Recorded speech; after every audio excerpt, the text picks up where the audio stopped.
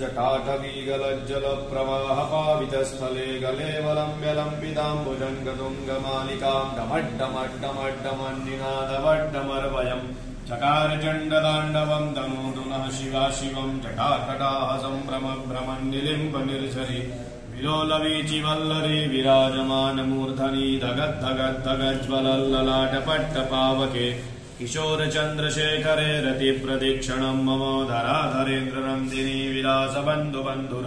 स्फुरद्दिगन्धनन्दति प्रमोदमानमानसे कृपाकटाक्षधोरणी निरुद्धदुर्धरापदि क्वचिद्दिगम्बरे मनो विनोदमेतु वस्तुनि जटाभुजङ्गपिङ्गलस्फुरत्फणामणिप्रभागदम्बकुङ्कुमद्रवप्रलिप्तदिगवरूपे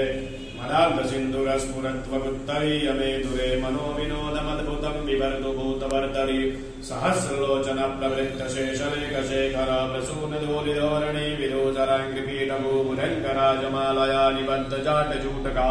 श्रीशिराय जायताम् चकोरबन्धुशेखरा ललाटचत्वरज्वलद्धनञ्जय स्फुलिङ्गभानिवीतपञ्चसायकम् नमन्निलिम्बनायकम् सुधामयूखलेखया विराजमानशेखरम् महाकपालिसम्पदे शिरोजटालमस्तुना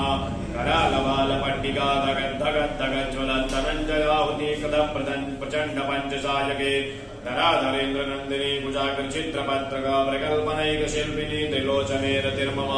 नवीनमेघमण्डले निरुद्धदुर्धरस्फुरत्कुहो निषेदिनी तमा प्रबन्धबद्धकन्दरा निलिम्ब निर्झरीधरस्तनोतु वृत्तिसिन्धुरा कलानिधानबन्धुरा श्रियम् जगद्धुरन्दरा प्रफुल्लनीलपङ्कज प्रपञ्चकालिमप्रभावलम्बिगण्डकन्दले रुचिप्रबद्धकन्दरम् स्मरच्छिदम् पुरच्छिदम् भवच्छिदम् मकच्छिदम् गदच्छिदान्दकच्छिदम् दमन्तकच्छिदम् वदे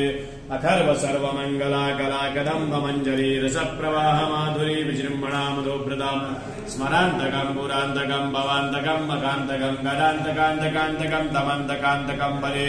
दयत्वदप्रविभ्रम प्रमदभुजङ्गमश्वसाद्विनिर्ग्रमत्क्रमस्फुरत्करालबालहव्यवान् धिमिद्धिमिद्धिमिद्वनन्मृदङ्गतुङ्गमङ्गलाध्वनिक्रमप्रवर्तित प्रचण्डताण्डवा शिवा